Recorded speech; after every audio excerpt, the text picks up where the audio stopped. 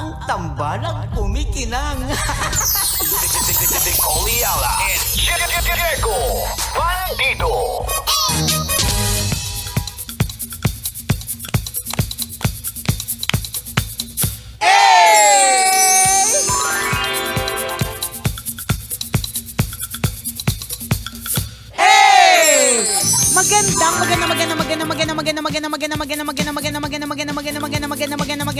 Magandang tanghali. Kumikinang na ulo, Diego Bandido!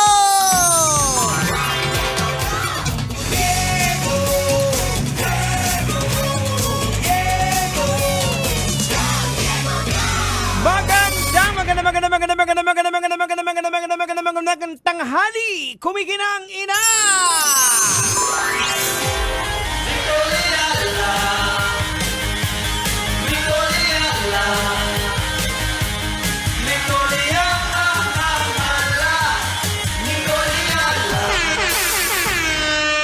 Dear Nicole Ayala and Diego Bandido,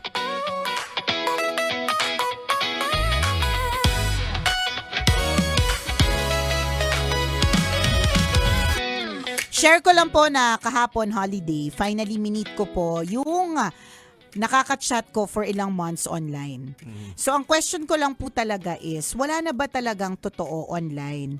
Kasi kung ano po yung nakikita ko online at na pictures and videos, nung nakita ko siya sa personal, hindi talaga siya yun. Kaka-disappoint. Pero in fairness, I like her naman kasi gusto ko yung character niya. Nalulungkot lang ako kasi syempre kahit papano, nag-expect din naman ako ng kung anong itsura niya online. Lalang. Ayan, yun yung yung mga filter eh. Oo, may filter Nicole Ayala, na. share mo nga sa amin yung nag-a-eyeball ka dati. Ay, nako. Ano yung mga ginagawa mong Ganito. pinagbabawal na technique? Eto. So, ang gagawin ko na nakikipag-eyeball ako sa SM Santa Mesa sa tapat ng bench. Sasabihin ko sa kanya, anong suot mong kulay? Diba? Mag-uusap kayo yan eh. Anong kulay ng suot mo? Red ba? O green? Diba? Mga ganon. So pag may nakita kong green, kunyari sinabi niya green, ang susuotin ko green, tapos nakita ko na yung naka-green, walang itsura, hindi ko na siya sisipot. Nakakaloka! Ako naman ginagawa ko, nagbabaon ako ng damit. Papalit, di ba? Alam mo, tingnan mo nga noon, no? Noon parang mas challenging talaga kasi you won't really know eh. Oo. Pero sa bagay, nowadays, challenging din. Kasi nakikita mo na nga online, nagsisend ng Nakakausap pictures, mo. nakakausap mo, pero pagdating sa tunay na buhay, hindi na yon. Baka nga mas challenging ngayon. Kasi Oo. dati, pag hindi mo trip yung itsura, Oo. exit na. Pwede ka na. lang hindi makipagkita or Oo, whatever. wala nang paramdam. Pwedeng one time lang tapos wala nang paramdam Oo. after. Ngayon kasi parang nag-ano muna kayo, nag-build ng Nag-invest ka na Oo, eh. correct. Nag-invest ka na muna, nag-build na kayo ng kahit papanong relationship for a few months before kayo nagkita. 'Di ba? Ganon. Tapos madidisappoint ka. Well, ganon po talaga. 'Di ba? And hindi naman po lahat ng mga na-experience natin online or mga date or relationship, ano ba tawag sa inyo, online, makakatuluyan talaga Oo. natin. May mga iba talaga na katulad nito will serve as lessons. O, kaya ang pwede mong gawin, wag mo munang juwain, tropahin mo muna. Pwede, 'di ba? So, hindi ka naman din nawalan dito eh. Kasi Oo. 'di ba ano may sabi niya? Okay naman siya eh. Okay yung Character character, niya, oo. 'di ba? So, you gained the friend. Mhm. 'Di ba? Naka-gain ka ng Ayan. somebody na kung halimbawa ilang months kayo nag-uusap lang online tapos nag-thrive yung anong meron man kayo through online, ibig Oo. sabihin talagang character-based. Correct. Which is also a good thing. Yes. Yun lang naman yun. Mhm. Hindi benefit of the doubt. Baka naman yung ka-message mo ay hindi niya alam kunyari na yung video niya may filter. Di ba Oo. minsan ganon? Posible. Or nag-automatic yung phone. Oo, may mga phone kasi na maganda na talaga Oo, correct. yung mga Yung- lens. oo, may mga ganon. Nag-auto-correct siya. True, Oo. 'di ba? Or siya talaga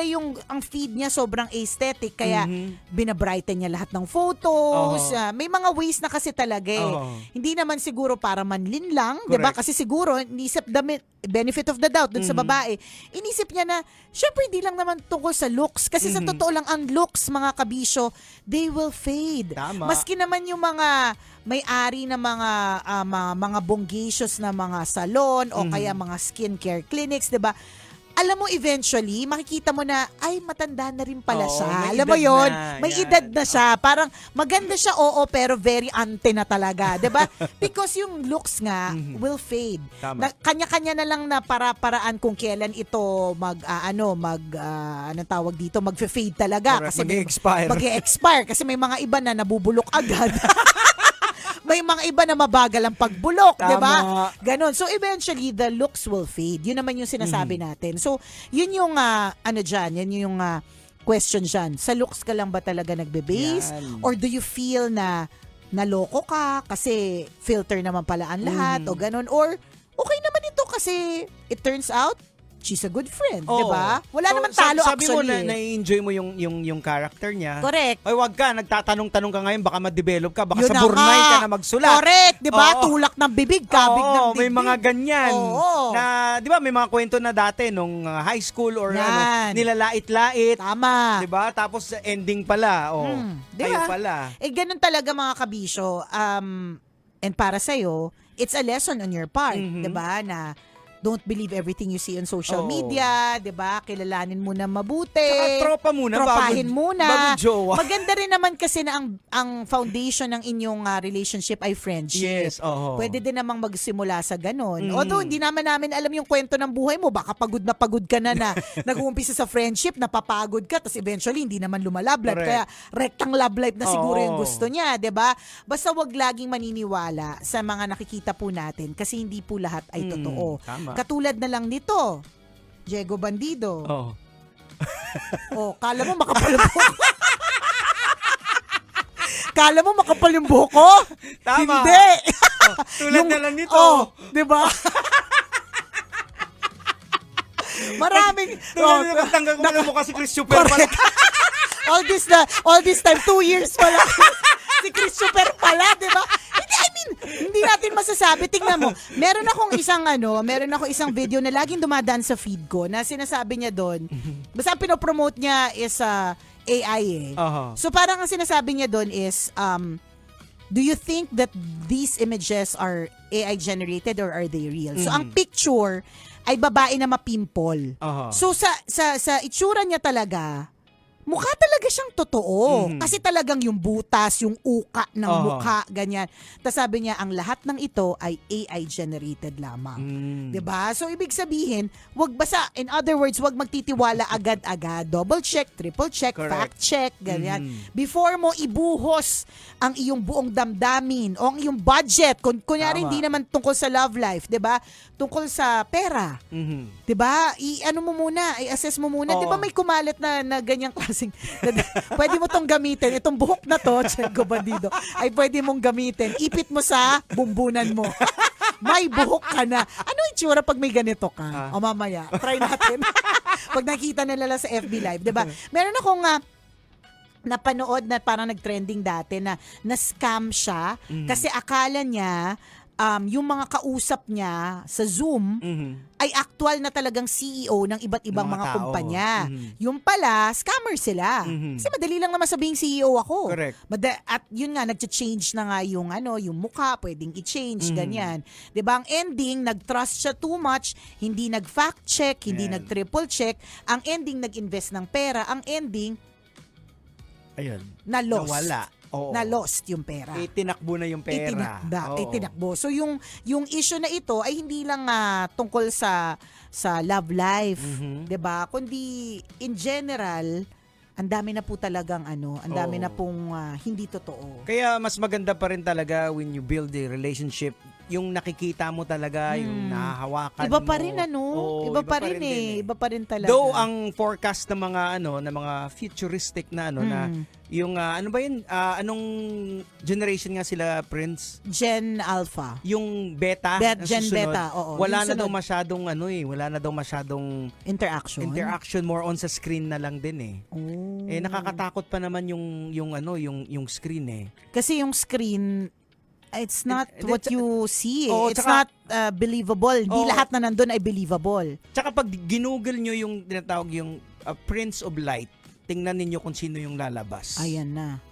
Ang Prince of Light Ay, is Satan. si Satan. Kaya nga diba Lucifer? Yes, Oo. life bringer. Oo. So yung phone natin, yung mga monitors, mga tablets nag-i-emit siya ng light eh. Ay, naku. So pwede niyang gamitin. Pwede. Saan ba tayo nagkakasala minsan? Oo, sa cellphone, di ba? diba? Mga pinapanood natin. Correct. Yung mga Ayan. itinatago nating mga conversation. Ayan. Feeling ko nga dyan sa mga tinatago mga conversation, dyan talaga yung dahilan kung ba't hindi tayo lahat pupunta ng langit. Pagka sinabi ni sino ba yung nasa gates of heaven? Kunyari, sino ba? San Pedro ba? O yan. Kabawa si San Pedro, sasabihin daw niya, Nicole Ayala, next. Screenshot, Nicole Ayala, yung screenshot, yung GC mo kasama si Tanya Chinita, mahalay, balik sa likod. Kasi nga, itong gadgets natin could be, Yes. 'di ba, yung dahilan kung bakit tayo nagkakasala. Tama. And kung halimbawa dadating kung sinasabi ng mga futuristic or sa ganyan na dadating ang panahon na everything is on screen, 'di ba? Yun na yung magiging diyan. Pero wala naman talagang nakakadepict ng Yan. future, so we'll never know. Baka Oo. naman pagdating ng Gen Beta, pag lumaki na sila, mas mas grounded na sila. Mas Yan. gusto nila Kaya nga may time tayo na yun yung mga bata ngayon na sinisilang pa lang ngayon na talagang ituro sa kanila na yung relationship dapat yung nahawakan mo, i-build. nakikita Correct, mo. totoo.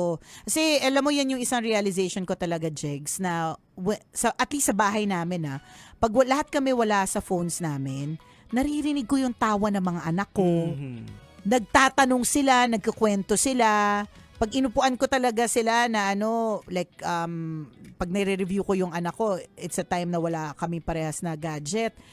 Tawang-tawa ko sa kanya kasi inaano niya yung utak. Yung nagaganito siya yung sa utak niya na mas sinasabi niya, I'm smart, matalino ko. 'Di ba na nakakaaliw yung for a 7-year-old na... At saka may mga natutunan ka sa kanila na araw-araw naman kayo magkasama. Correct, pero pag correct. wala yung gadget, pala, may ganito pala siya. Tama, 'di ba?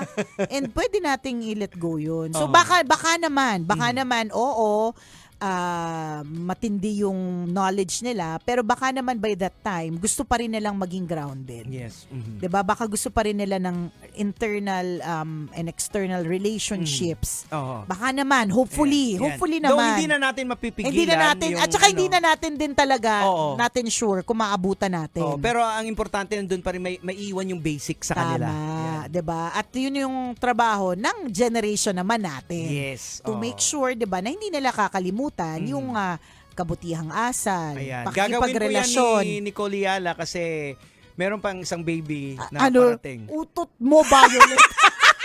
Di ba gusto nila?